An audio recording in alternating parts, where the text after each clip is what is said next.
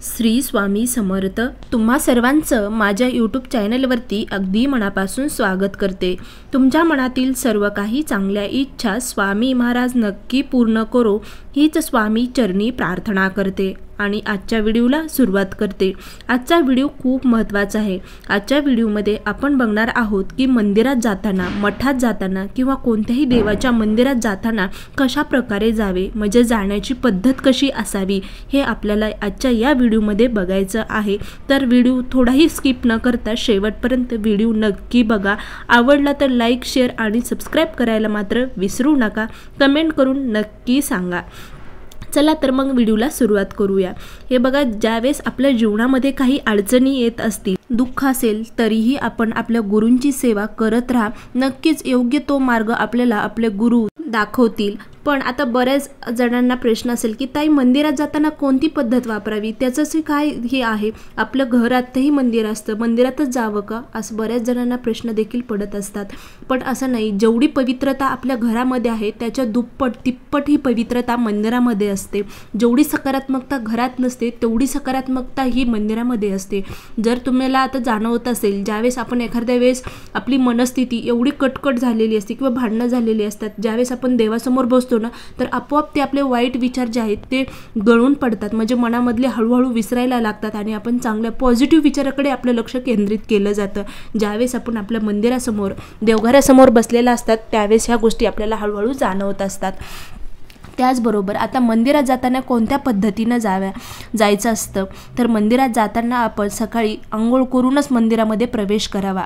जर का तुमच्या घरासमोर किंवा घराजवळ एखादं स्वामी महाराजांचं केंद्र असेल किंवा मठ असेल किंवा कोणतंही मंदिर असेल आणि तुम्ही दर्शनासाठी जात असाल, तर दर्शनासाठी जात असाल त्यावेळेस तुम्हाला अंघोळ करून स्वच्छ कपडे घालून जायचं आहे। कधीही मळकटलेले कपडे किंवा बिना अंघोळीचं कधीही मंदिरात प्रवेश करू नये। त्यानंतर दुसरी महत्त्वाची गोष्ट ही महिलांसाठी आहे। जर का महिलांनी जीन्स वगैरे घालून कधीही मंदिरामध्ये प्रवेश करू नये। त्याचबरोबर केससुद्धा मोकळे कधीही सोडू नका। जर तुम्ही स्वामींच्या दर्शनासाठी मठामध्ये जात असाल किंवा केंद्रामध्ये जात असाल, दर गुरुवारी जात असाल किंवा नित्यनियमाने जात असाल, तर त्यावेळेस महिलांनी कधीही आपले केस मोकळे सोडून मंदिरात जाऊ नये, केंद्रात जाऊ नये। दर्शनासाठी जरी जात असाल ना, तरी पण थोड्या वेळासाठी का होईना पण आपले केस व्यवस्थित बांधलेले असावे। कधीही जीन्स घालून मंदिरात प्रवेश करू नये। साडीमध्ये किंवा पंजाब सूट, सलवार याच्यामध्येच तुम्ही मंदिरामध्ये प्रवेश करा। त्यानंतर आता बऱ्याच वेळेस असं होतं की आपण घरून स्वच्छ कपडे घालून किंवा अंघोळ करून गेलेला असतो केंद्रामध्ये, तर तिथे कधीही पाय न धुता आतमध्ये प्रवेश करू नका। आता प्रत्येक केंद्रामध्ये, मठामध्ये सुद्धा सोय केलेली आहे की पाण्याची, जे की आपण बाहेरून आल्यानंतर, म्हणजे घरून जरी गेलेला असलो तरी पण तिथं स्वच्छ आपले पाय हात धुवा आणि नंतरच मग प्रवेश करायचा मंदिरात। त्यानंतर आधी आपण आता मंदिरामध्ये प्रवेश करायच्या अगोदर एकदा आपल्यावरती कळसाच्या, आता कोणतंही मंदिर असेल त्याला कळस असतो, तर कळसाला नमस्कार करायचा आहे। नंतर आपल्याला पहिल्या पायरीला नमस्कार करायचा आहे ज्यावेळेस मंदिरात प्रवेश करत असताल त्यावेळेला। आणि त्यानंतर औदुंबराचं झाड हे केंद्रामध्ये तर नक्कीच असतं, मठामध्ये सुद्धा असते, तर औदुंबराच्या झाडाला एक प्रदक्षिणा घालायची आहे, नमस्कार करायचा आहे आणि नंतरच आपल्याला आपल्या स्वामी महाराजांच्या दर्शनासाठी मंदिरामध्ये प्रवेश करायचा आहे।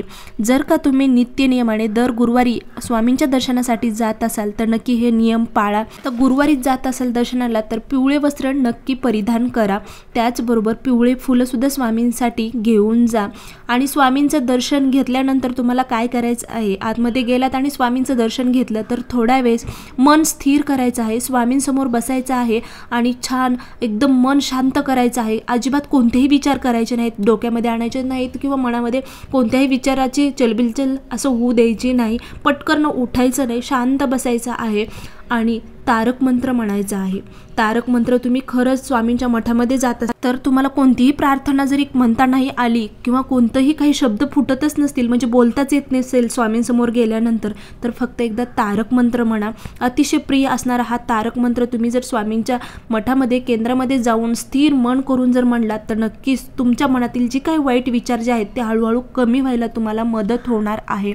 तर तुम्हाला तारक मंत्र म्हणायचा आहे, स्वामींना मुजरा करायचा आहे आणि त्यानंतर बाहेर यायचं आहे। बाहेर आल्यानंतर थोड्या वेळ आपल्याला बसायचं आहे, म्हणजे केंद्रामध्ये, मठामध्ये असो किंवा कोणतंही मंदिर असू द्या, तिथे तुम्हाला थोडा वेळ बसायचं असतं आणि त्यानंतर स्वच्छ पवित्र विचार घेऊनच आपल्याला मंदिराच्या बाहेर पडायचं आहे आणि आपल्या घरी यायचं आहे। ज्यावेळेस तुम्ही दर्शनासाठी स्वामींच्या मंदिरात जाल ना, त्यावेळेस तुम्ही तुमच्या घरी या।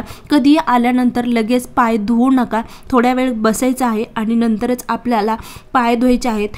त्याचबरोबर मंदिरातून आल्यावर नंतर कधीही तुम्ही वॉशरूमला वगैरे किंवा बाथरूमला कधीही जायचं नाही। आपण चांगल्या पवित्र ठिकाणून आलेलो असतो, त्यासाठी आपल्या घरामध्ये थोड्या वेळ बसायचं आणि नंतर आपल्याला हातपाय धुवून आपल्याला जी काही आपल्याला कामे करायची ती करायची असतात। तर या प्रकारे आजचा व्हिडिओ होता। खरंच व्हिडिओ आवडला असेल तर नक्की लाईक करा, शेअर करा आणि सबस्क्राईब करायला मात्र विसरू नका। श्री स्वामी समर्थ। जय जय स्वामी समर्थ।